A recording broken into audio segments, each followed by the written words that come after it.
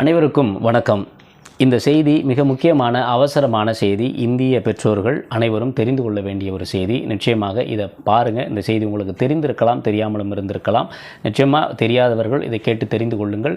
உங்களுடைய நண்பர்களுக்கும் உறவினர்களுக்கும் பகிருங்கள். இது முக்கியமாக எல்லா குழந்தைகள் இருக்கிற எல்லா பெற்றோர்களும் எல்லா குடும்பங்களுக்கும் நிச்சயமாக சென்று சேர வேண்டிய ஒரு செய்தி அப்படிங்கிறத நான் இப்போ டினோட் பண்ணிக்கிறேன். செய்தி என்ன அப்படின்னா, காம்பியா அப்படிங்கிற ஒரு நாட்டில் காஃப் சிரப், கோல்டு அண்ட் காஃப்காக குழந்தைகளுக்கு கொடுக்கப்பட்ட சிறப்பின் மூலமாக 66 பிஞ்சு குழந்தைகள் இறந்திருக்கிறார்கள். இது ஒட்டுமொத்த உலகையே பேரதிர்ச்சிக்கும் பெரும் சோகத்திற்கும் உள்ளாக்கி இருக்கிறது. இது சார்ந்து WHO உலக சுகாதார மையம் ஒரு அறிக்கையும் எச்சரிக்கையும் வெளியிட்டு இருக்கிறது. அந்த 4 மருந்துகளின் பெயர்களை அவர்கள் லிஸ்ட் அவுட் பண்ணியிருக்காங்க. அதை நான் இப்போ படிக்கிறேன். என்ன அப்படின்னா, ப்ரோமெத்தாசின் ஓரல் சொல்யூஷன் 2, காஃபக்ஸ்மேலின் பேபி காஃப் சிரப் 3, மெக்காஃப் பேபி காஃப் சிரப் 4, மக்ரிப் என் கோல்டு காஃப் சிரப். இது 4மே இதில் முக்கியமாக நம்ம குறிப்பிட்டு சொல்ல வேண்டிய, நம்ம கவனிக்க வேண்டிய ஒன்று என்னென்னா, இந்த 4 மருந்துகளும் தயாரிக்கப்பட்டது சாட்சாத் நம்ம நாட்டில் தான், இந்தியாவில் தயாரிக்கப்பட்டிருக்கிறது.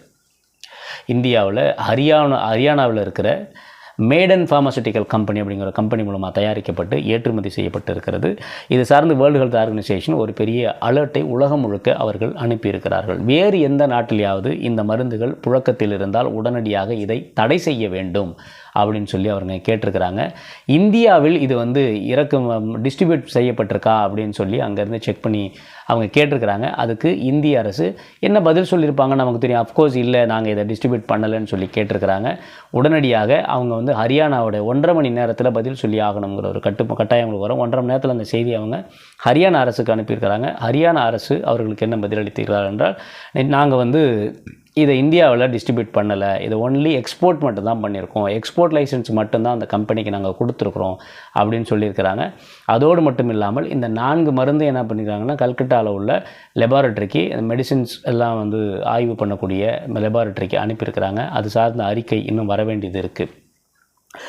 அப்புறம் இன்னும் முக்கியமான செய்தி, இந்த 4 இந்த கம்பெனியே, இந்த மேடன் ஃபார்மசூட்டிக்கல் கம்பெனி ஒரு கம்பெனி மெடிக்கல் மூலமாக ப்ரூவ் பண்ணி அது மூலமாக மேனுஃபேக்சர் பண்ணுற ஒவ்வொரு மெடிசனுக்கும் நீங்கள் சேஃப்டி அண்டு குவாலிட்டி சம்மந்தமான ஒரு கேரண்டி சர்டிஃபிகேட் கொடுக்கணும்.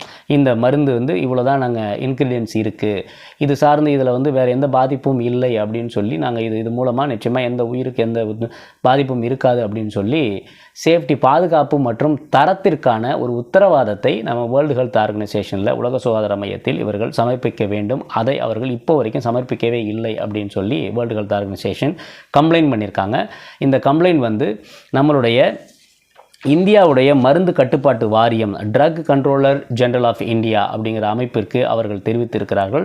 இந்த டிசிஜிஐ இப்பொழுது ஹரியானாவில் இருக்கக்கூடிய அந்த ஃபார்மசூட்டிக்கல் கம்பெனியில் அவங்க வழக்கு தொடர்ந்து விசாரணை நடத்தி கொண்டு இருக்கிறார்கள்.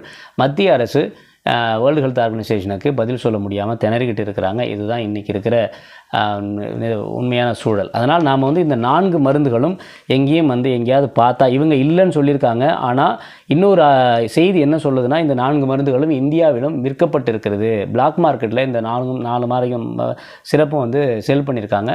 என்ன ரொம்ப சின்ன சின்ன ஹாஸ்பிட்டல்ஸ்லாம் போனீங்கன்னா, சில எங்கேயாவது நம்ம குழந்தைங்களை கூட்டிகிட்டு போனோம்னா, நீங்கள் அங்கே கிடைக்கிற மருந்து வேறு எங்கேயுமே கிடைக்காது.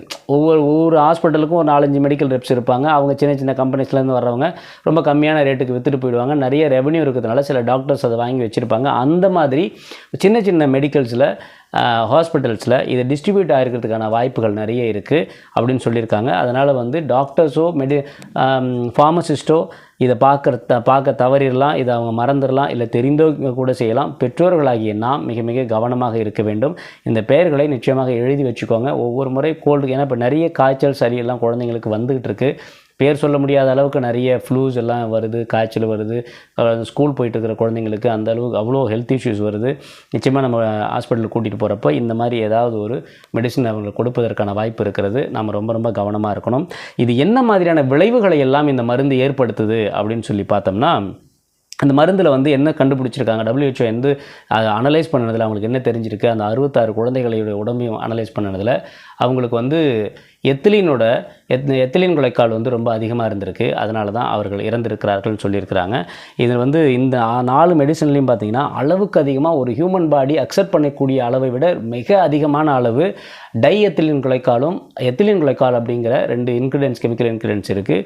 இது ரெண்டுமே அதிகமாக இந்த மருந்தை உட்கொள்வதால் அந்த எத்திலீன் குலைக்கால் எடுக்கிறதுனால ஏற்படக்கூடிய சைடு எஃபெக்ட்ஸ் அப்படின்னு சொல்லி என்ன மென்ஷன் பண்ணியிருக்காங்க அப்படின்னா, அப்டமினல் பெயின், வயிற்று வலி இருக்கும், வாமிட்டிங், வாந்தி இருக்கும், டயரியா, வயிற்றுப்போக்கு இருக்கும், இன்எபிலிட்டி டு பாஸ் யூரின், சிறுநீர் கழிப்பதில் வந்து வலியும் சிரமமும் இருக்கும், ஹெட்டேக், சிவியர் ஹெட்டேக் இருக்கும், பொறுக்க முடியாத அளவுக்கான தலைவலி இருக்கும் அப்படின்னு சொல்லியிருக்காங்க.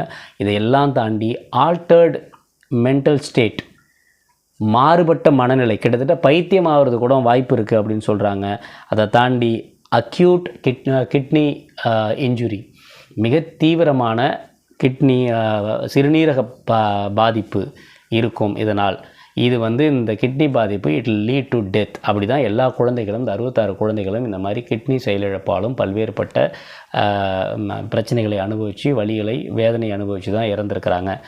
இப்போது பொதுவாகவே சொல்லப்படுற விஷயம் என்னென்னா, நிறைய அலோபதி மருந்து எடுத்தோம்னா அது டைரெக்டாக ஹிட் பண்ணக்கூடிய ஒரு ஆர்கன் பார்த்திங்கன்னா கிட்னி தான் இருக்கிறதுலே ரொம்ப அதிகப்படியாக வேலை செய்யக்கூடிய ஒரு இதயத்திற்கு அப்புறம் பார்த்தோம்னா மிக முக்கியமான ஒரு உறுப்புன்னு எடுத்திங்கன்னா கிட்னி. அதனால் டைரெக்டாக வந்து கிட்னியை தான் அது இம்பேக்ட் பண்ணும். அதோட பாதிப்பு பார்த்திங்கன்னா கிட்னியை தாக்கி தான் இருக்கும். இந்த மருந்துகளும் அப்படி தான் பண்ணுறாங்க. அதனால் தயவு செய்து இது போன்ற மருந்துகளை நம் கடையில் குழந்தைகளுக்கு பொதுவாகவே காஃப் சிரப்ஸ்லாம் வாங்குகிறப்போ அதோடைய இன்க்ரீடியன்ட்ஸ் எல்லாம் கரெக்டாக இருக்கா, எக்ஸ்பைரி டேட்லாம் கரெக்டாக இருக்கா நம்ம பார்த்து வாங்கணும். ஸோ நம்ம we should be very very careful. நிச்சயமாக நம்ம வந்து இந்த மாதிரி எதுவும் நம்ம குழந்தைகளுக்கு நிகழாது அப்படின்னு சொல்லி நம்புவோம். நம்மளுடைய அரசையோ நம்மளுடைய அதிகாரிகளையோ நிச்சயமாக நம்மளால் நம்ப முடியாது. அவங்க வந்து உலக அரங்கில் அவருடைய பெயர்களை தக்க வைப்பதற்காக இந்த மருந்தெல்லாம் இங்கே டிஸ்ட்ரிபியூட் செய்யப்படலை அப்படின்னு சொல்லலாம். ஆனால் அதுக்கான உத்தரவாதம் கிடையாது. ஸோ நம்ம தான் we should be very very careful. என்னென்னா இந்த மாதிரி முக்கியமாக நமக்கு என்ன தெரியணுமோ அதெல்லாம் தெரிஞ்சிக்காமல், அதெல்லாம் தெரிய விடாமல் அரசும் மீடியாவும் ரொம்ப முனைந்து செயல்பட்டு அதெல்லாம் நம்ம வந்து சேராமல் பார்த்துக்கொள்கிறார்கள் அப்படிங்கிறது தான் நம்ம புரிஞ்சிக்க வேண்டிய ஒன்றா இருக்குது.